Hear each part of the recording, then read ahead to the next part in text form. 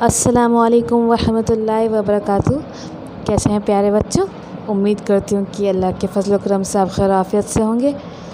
प्यारे बच्चों, आज हम अपना हिंदी का थर्ड लेसन यानी कि हिमालय की बेटियाँ ये स्टार्ट करेंगे।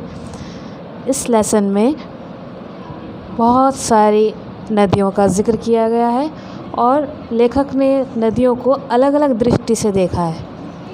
ठीक है, ये बहुत सुंदर इसमें सुंदर कल्पना की है लेखक ने। और इसके लेखक कौन है? नागार्जुन। ओके, तो बच्चों, आप जैसा जानते हैं कि हमारा जो देश है वो कृषि प्रधान देश है ना, यानी कि एग्रीकल्चर इसमें बहुत ज़्यादा होता है। और एग्रीकल्चर किस लिए ज़्यादा होता है? क्योंकि नदियाँ बहुत सारी हैं हमारे देश में। और नदियाँ कहाँ से आती हैं?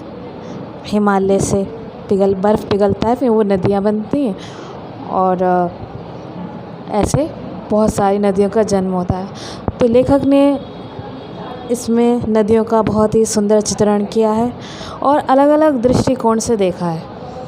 हमारे यहाँ ज़्यादातर नदियों को माँ के रूप में देखा जाता है, माँ, दादी वगैरह, है ना। तो हम सबका जो नदियों के लिए भाव होता है वो श्रद्धा से भरा हुआ होता है, रिस्पेक्ट आता है कि गंगा मैया है, गंगा माँ है, यमुना माँ है। लेकिन लेखक ने अपना दृष्टिकोण बदलने की कोशिश की है। इसने इसको कभी बेटियों के रूप में देखा है, कभी बहन के रूप में देखा है। ठीक है, तो ये बहुत अच्छा इंटरेस्टिंग लेसन है। तो मैं आपको इसका थोड़ा सा एक्सप्लेनेशन कर देती हूँ। देखिए प्यारे बच्चों, इसमें इस वाले पैराग्राफ में लेखक ये कह रहे हैं कि मैंने नदियों को देखा तो बहुत ही गंभीर, शांत और अपने आप में खोई हुई लगती हैं ये नदियाँ। संभ्रांत महिला की भांति, यानी कि एक अच्छे कुल की, एक अच्छे ख़ानदान की महिला की तरह लग रही हैं। और उनको देखकर श्रद्धा का भाव आ रहा है, माइंड यानी कि रिस्पेक्ट आ रहा है। लेकिन कुछ दिनों के बाद अब मैं हिमालय गया तो मुझे थोड़ा अलग ही मेरा नज़रिया बदल गया और मुझे ऐसा लगा कि ये लड़कियां हैं, ये जो हैं बेटियां हैं, हिमालय की बेटियां हैं ये। लेखक को इनका उछलना, कूदना, खिलखिलाकर लगातार हंसते जाना ऐसा लग रहा है जैसे ये नटखट नदियां हैं। जैसे बच्चे नटखट होते हैं, शरारती होते हैं, तो नदियों का उछलना, बहना, कूदना ऐसा लग रहा है जैसे नटखट लड़कियां कूद रही हैं, मचल रही हैं। ओके, इनकी बेचैनी को देखकर लेखक के मन में ये सवाल उठ रहा है कि ये इनके दिल में इतनी बेचैनी किस बात की है इनको। और लेखक ने कहा कि जो हिमालय पर्वत है वो इनके पिताजी हैं, इनके पापा हैं, और नदियाँ सारे हिमालय से निकलती हैं तो वो बेटियां हो गई। तो हिमालय को तो पिता का रूप दिया है और नदियों को बेटियों का, और उनका उछलना कूदना नदियों का वो नटखट लड़कियों से मिलाया है, यानी कि नटखट लड़कियों से उसकी तुलना की है। ठीक है बच्चों, तो लेखक ये कहता है कि इन नदियों को इतना बेचैन किसने किया है और इतना प्रेम पाकर भी अपने पिताजी का, यानी कि हिमालय पर्वत का इतना प्रेम पाकर भी किस चीज़ ने इनके मन को इतनी अतृप्त यानी कि प्यासा कर रखा, किस चीज़ से मिलने की इनको आरज़ू है, इतना बेचैन किस चीज़ ने किया है इनको। और ये सब देवदार, चीड़, सरोज, चिनार, सफ़ेदा के ये सब पेड़ों के नाम हैं। ठीक है, तो उन लेखक को लगता है कि जब ये जंगल में पहुंचती होंगी, सब पेड़ों से मिलती होंगी, तो उनसे बातें करने का मौका मिल जाता होगा इनको। तो लेखक ने यहाँ पर नदियों की तुलना नटखट बेटियों से की है। ठीक है,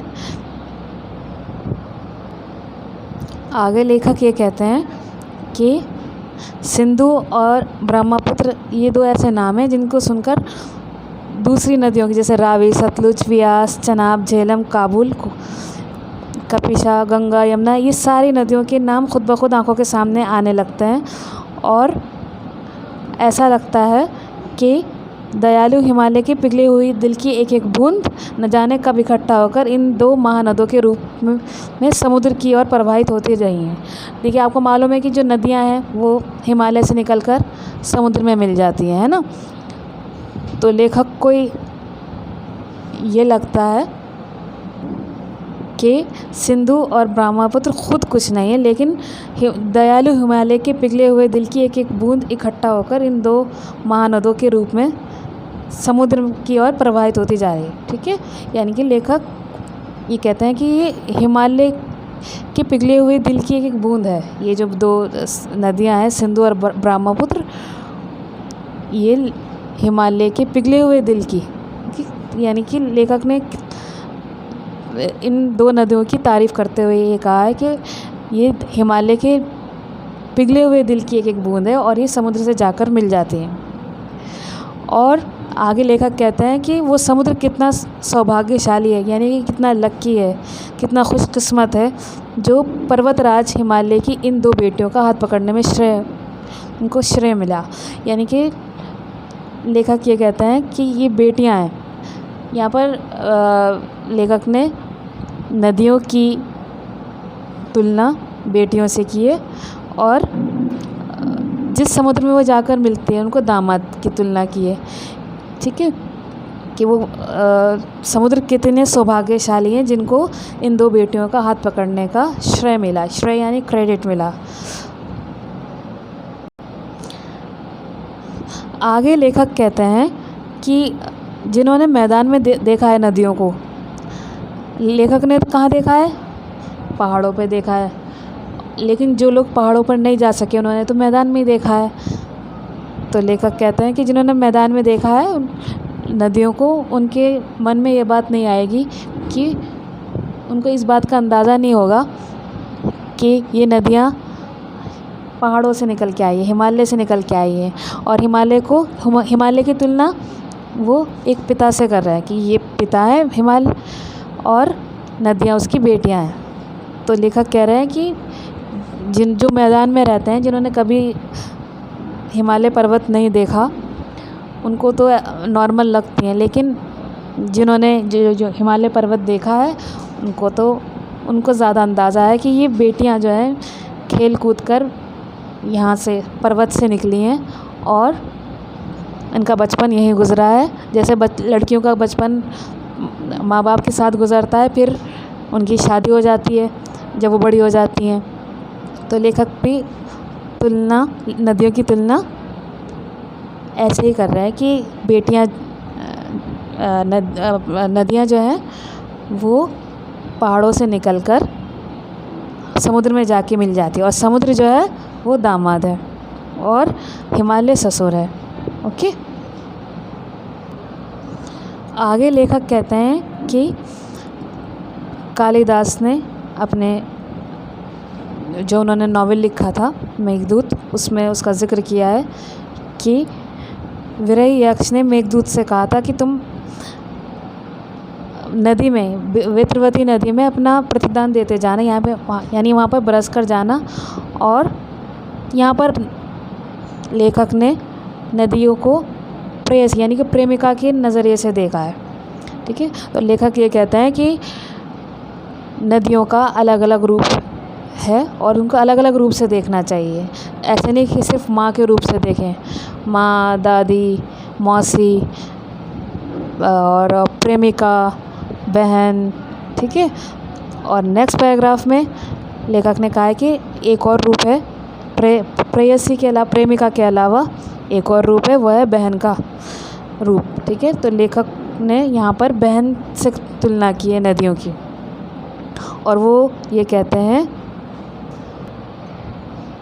लेखक कहते हैं कि एक बार मेरी तबीयत बहुत ढीली थी और मैं सतलज नदी के किनारे जाकर बैठ गया और दोपहर का समय था और पैर लटकाकर पानी में बैठ गया। तो थोड़ी देर में ही इतना अच्छा असर हुआ, इतना पॉजिटिव असर हुआ कि मेरा मन ताज़ा हो गया और मेरा मूड फ्रेश हो गया और मैं ये गुनगुनाने लगा।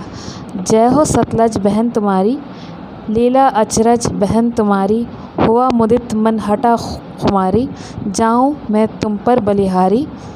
तुम बेटी ये बाप हिमालय, चिंतित पर चुपचाप हिमालय, प्रकृति नटी के चित्रित पट पर, अनुपम अद्भुत छाप हिमालय, जय हो सतलज बहन तुम्हारी। लेखक ये कहते हैं कि मेरी तबीयत ढीली थी और मैं सतलज नदी के किनारे जाकर बैठ गया पाँव डुबाकर, तो मुझे बहुत अच्छा लगा, मेरा मूड फ्रेश हो गया और मैं थोड़ी देर में गुनगुनाने लगा। सतलज की तारीफ़ में ये पोएम लिखी गई है जिसमें सतलज नदी की जय जयकार हुई है। मैं ये गाने पर मजबूर हो गया, मुझे इतना अच्छा लगा। तो बच्चों, उम्मीद करती हूँ कि आपको ये लेसन समझ में आया होगा। इस पूरे लेसन में नदियों का महत्व बताया गया है और आप इसकी रीडिंग कीजिएगा और फिर मिलते हैं नेक्स्ट वीडियो में। तब तक के लिए अल्लाह हाफ़िज़। अस्सलाम वालेकुम रहमतुल्लाहि व बरकातुहू।